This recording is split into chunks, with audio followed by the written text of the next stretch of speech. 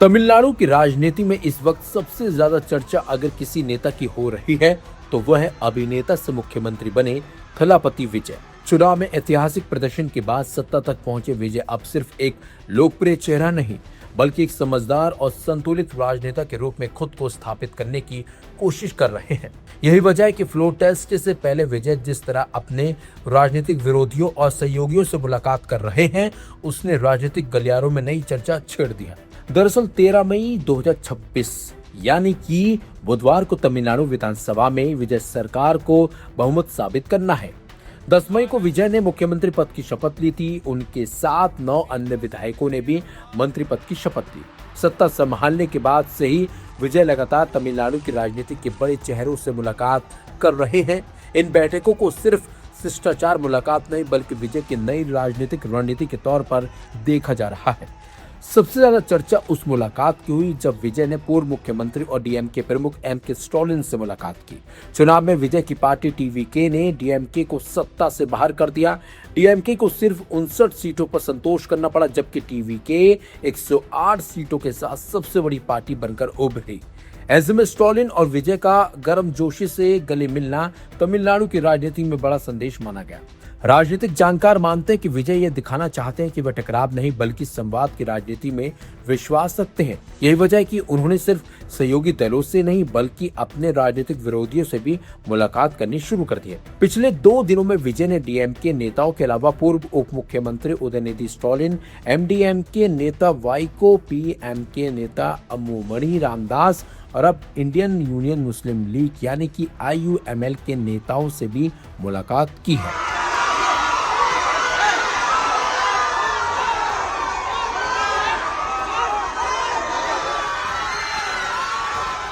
IUML उन दलों में शामिल है जिसने टीवीके सरकार को समर्थन दिया।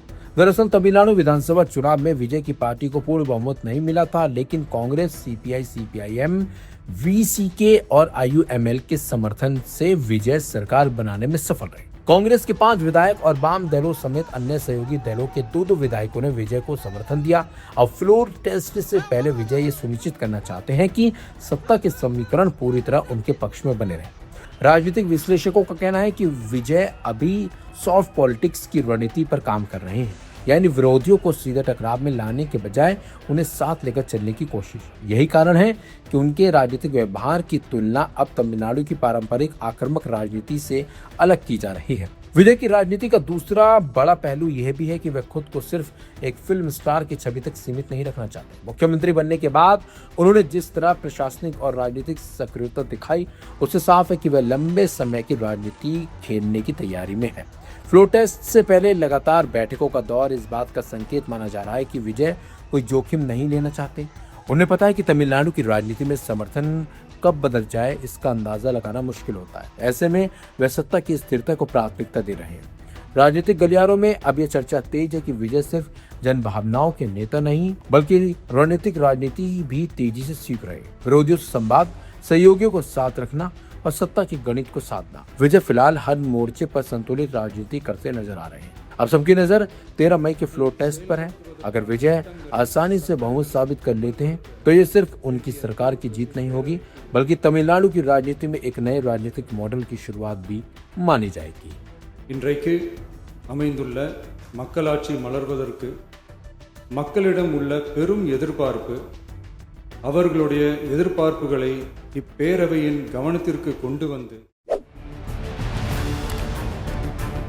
तमिलनाडु की राजनीति में आए विजय युग को अभी 3 दिन भी नहीं बीते थे कि उनकी सरकार पर संकट के बादल मंडराने लगे हैं। मद्रास हाईकोर्ट के एक ऐतिहासिक फैसले ने मुख्यमंत्री जोसेफ विजय की पार्टी टीवीके की नींद उड़ा दी है। तिरुपत्तूर से महज 1 वोट के अंतर से जीते विधायक श्रीनिवास सेतुपति के विधानसभा जाने पर कोर्ट ने फिलहाल के लिए रोक लगा दी है। अब बुधवार को होने वाले फ्लोर टेस्ट से पहले विजय की गणित बिगड़ती नजर आ रही है। 4 मई 2026 के नतीजों में टीवीके के श्रीनिवास सेतुपति को 83,375 वोट मिले और डीएमके के दिग्गज नेता के आर पेरिया करुप्पन को 83,374 वोट मिले थे।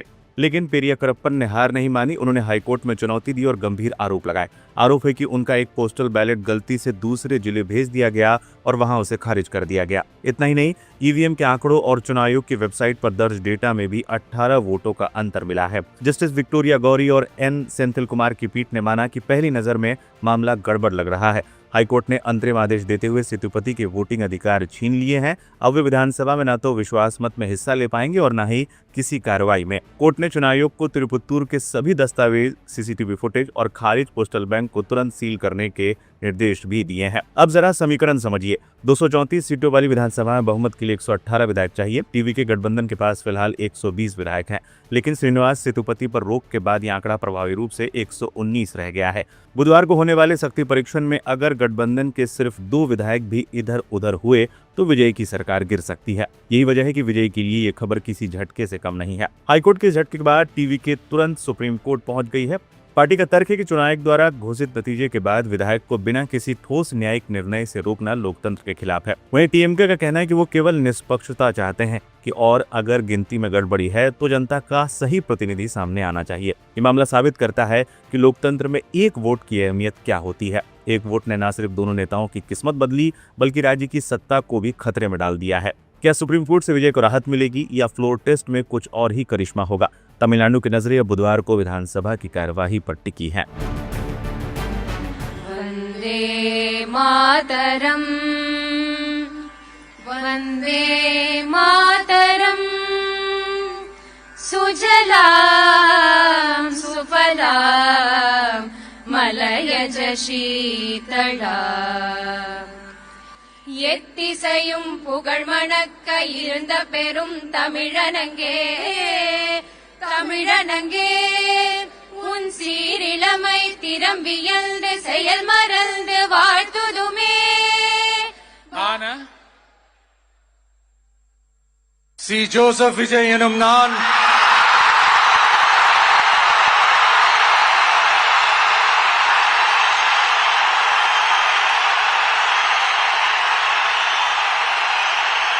சட்டப்படி அமைக்கப்பெற்ற இந்திய அரசியல் அமைப்பின்பால் உண்மையான நம்பிக்கையும் மாறா பற்றும் கொண்டிருப்பேன் என்றும்। तमिलनाडु की राजनीति में थलापति विजय के मुख्यमंत्री बनते ही एक नए युग की शुरुआत हो गई है, लेकिन ये शुरुआत शांतिपूर्ण नहीं रही। शपथ ग्रहण के पहले दिन से ही विवादों का ऐसा दौर शुरू हुआ है जिसने सत्ता पक्ष और विपक्ष को आमने सामने खड़ा कर दिया है। कहीं गीतों के प्रोटोकॉल पर सवाल उठ रहे हैं तो कहीं विधानसभा के भीतर सनातन के उन्मूलन के नारे गूंज रहे हैं। आखिर क्या है पूरा मामला, आइए विस्तार से समझते हैं।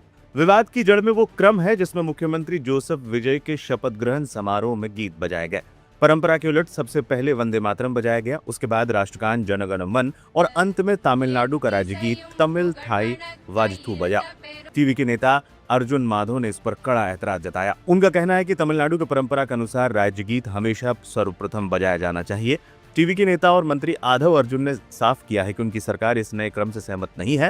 उन्होंने खुलासा किया कि जब राज्यपाल कार्यालय से इस तरह का विरोध जताया गया तो जवाब मिला कि राज्यपाल केंद्र सरकार के एक नए परिपत्र के अनुसार कार्य करने के लिए बाध्य थे। अर्जुन ने हुंकार भरते हुए कहा कि भविष्य में इस नई प्रथा को नहीं माना जाएगा और पुरानी परंपरा यानी राज्यगीत पहले और उसके बाद राष्ट्रगान अंत में ही जारी रहेगी। अभी गीतों का विवाद थमा ही नहीं था कि नेता प्रतिपक्ष उदयनिधि स्टालिन ने विधानसभा में सनातन धर्म पर बयान देकर आग में घी डाल दिया।